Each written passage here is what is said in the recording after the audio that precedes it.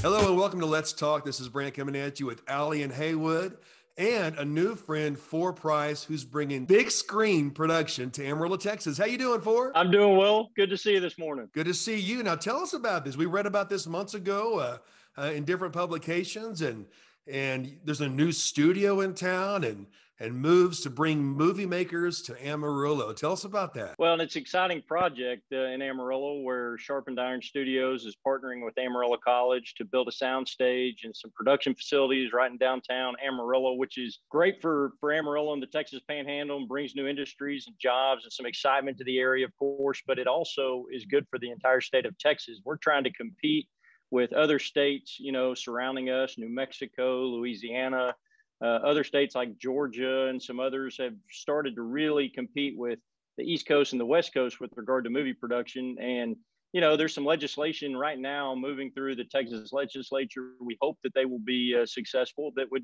broaden the incentive program or create tax credits just to make it more exciting and opportunistic and economical for, studios to produce movies here. With all these streaming options now, Netflix, for instance, Prime Video, and all the original productions out there, sound stages are in high demand. So it would be a good thing for Texas. I hope we're successful with that. I know that there's a need to compete with other states, and we're going to do the best we can to make that happen. That sounds very exciting. Now, before we go on, tell us about your name, For. That's a cool name, For Price.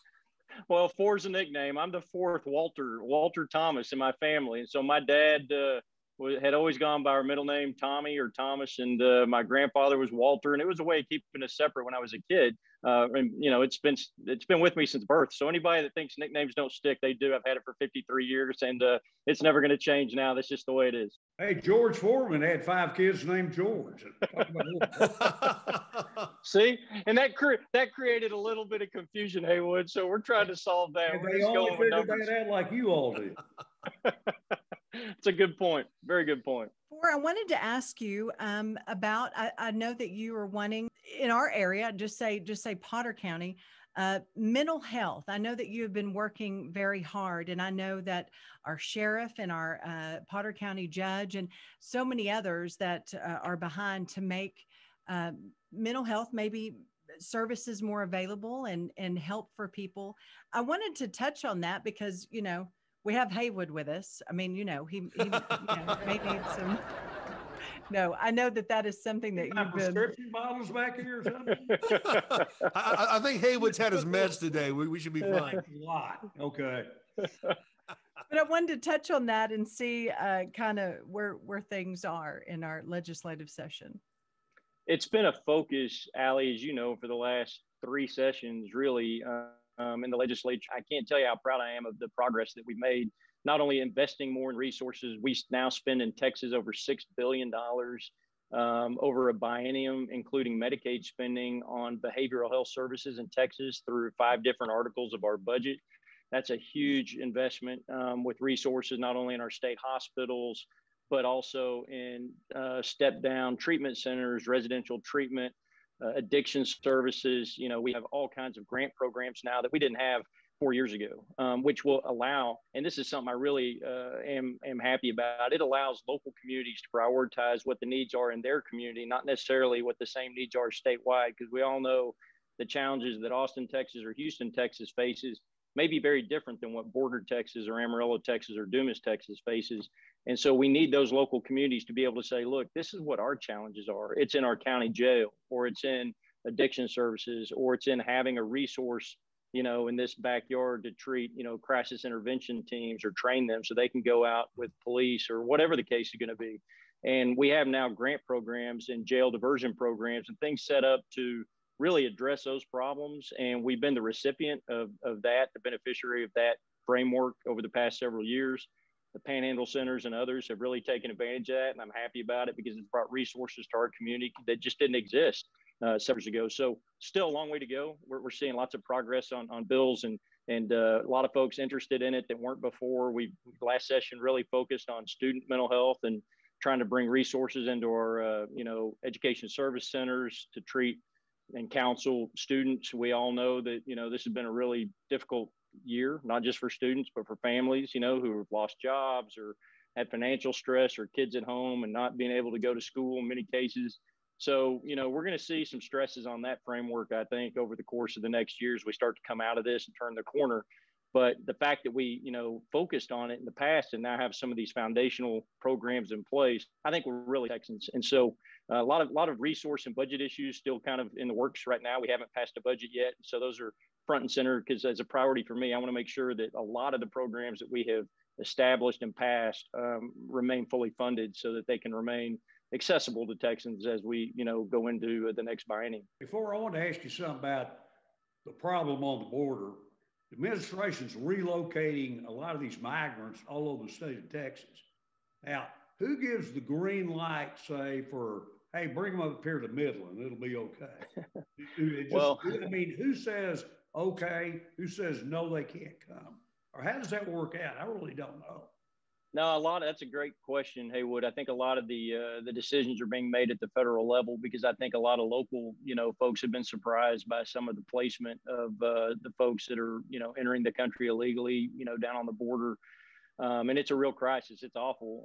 It's bad from a humanitarian standpoint. It's bad from a legal standpoint. It's bad from an immigration standpoint. We've got a crisis that is just as bad as I think we've seen in maybe ever, long time for sure. And so, a lot of local communities don't have a whole lot of say until the decision's been made. And that's unfortunate. I think there's an analysis, as I understand it, that takes a look at, availability, resources, where placements have been made in the past. And as we all know, the Panhandle has been a really high location for placements, and not just recently, but over the past decade for legal immigrants. And while that's a good thing, it's just we've had as high a per capita placement as almost any place in the entire country for that portion of the population. And so with this area now where folks are coming in and they need to be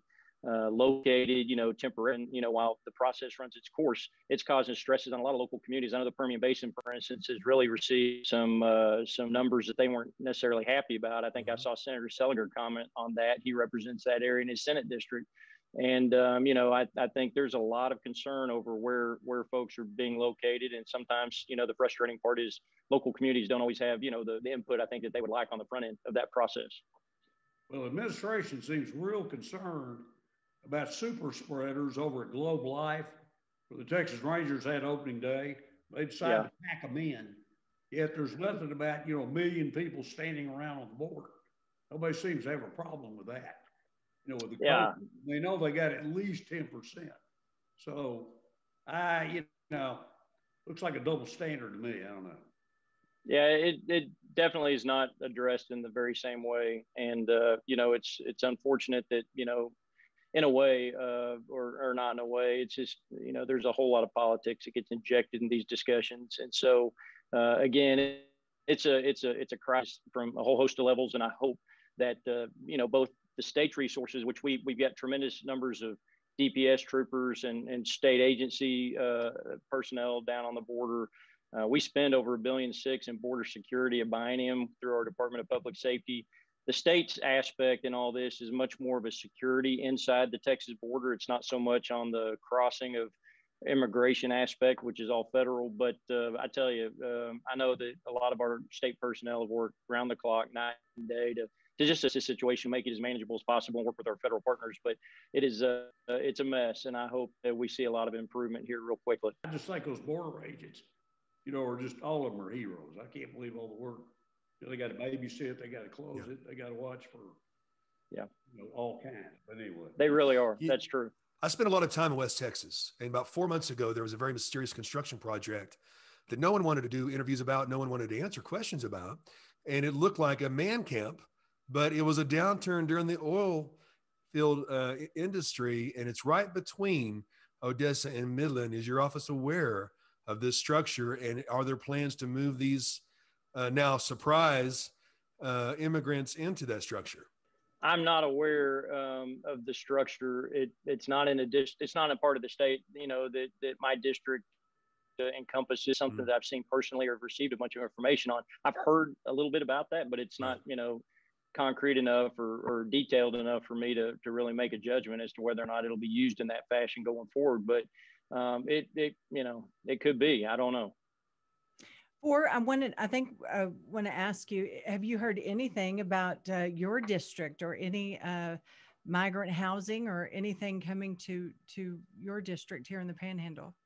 I have not new, nothing, recent, not anything, has been communicated to us from, Congressman Jackson's office, Senator Cruz, Senator Cornyn, or any federal agency about their plans or what may be coming down, the pipe in the future in regard to settlement or locating any of the migrants that are entering the country right now. So, we talk to all of those offices and like I said, our federal partners on a regular basis. They do a good job of keeping us informed. I just haven't been notified of anything like that. Are they planning on states to pay for all this, or are the feds going to back it off?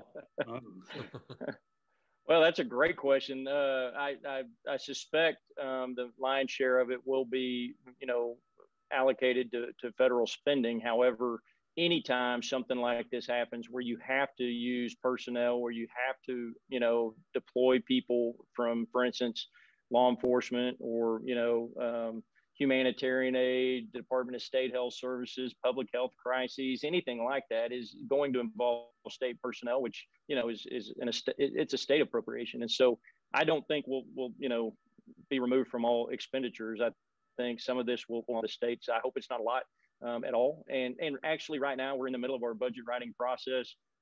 We are, poised to receive quite a bit of federal dollars, as I understand it, to help assist. And most of it's COVID related, not necessarily immigration related. However, they are coming through and really, giving us a shot in the arm where we need it. And so, I think we're not immune from it, but I think they are trying to help us as much as possible in that regard. We wanted to say, while we know that you've got to get back in, and anything while we have you, anything that you want to say to our viewers, we know how busy you are, and we know take the chance to say hi to everybody, and how is the 87th legislation session going, and anything that you want to say. Thanks, Allie. It's amazing how quickly the session moves through its paces. We are a little over halfway now with just under 60 days left in the session.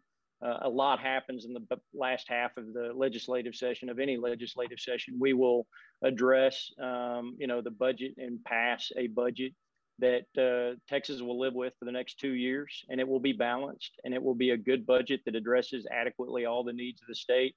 We will address and hopefully pass a lot of the more pressing emergency type items that the governor laid out and that the House and the Senate have also laid out as priorities.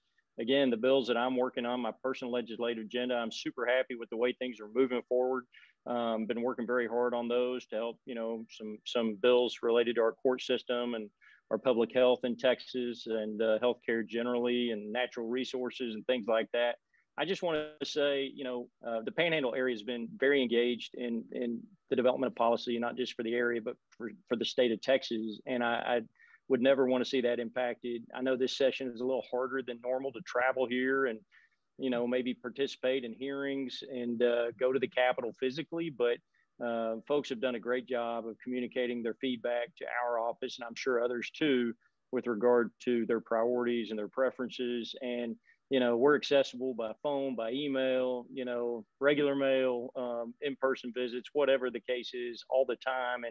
And I'm just proud because the Panhandle's done a super job of that, not just recently, but historically. And we're very engaged, very independent thinking, and minded folks, and really have done a fantastic job. And I just want to thank everybody for their feedback. It's really valuable during the legislative session for sure. Hey, real important, Thor. Can you get Allie, Brant, and me into the movies? If it's a Western, I play a great dead guy. Really? I don't see why that would ever be a problem. You guys have a lot going for you, so I'm sure that's right. Yeah, absolutely. Thank you. Well, I am loosely related to the movie industry. I discovered this last year that I was David Hasselhoff's love child, so I'm dealing with that. But that's a joke. That's a joke. Well, Thank you so much. I appreciate you always. And we're going to check back with you. And thanks for visiting with us. We know how busy you are and you always take time for us. So thank you. Absolutely. It's a pleasure to see y'all.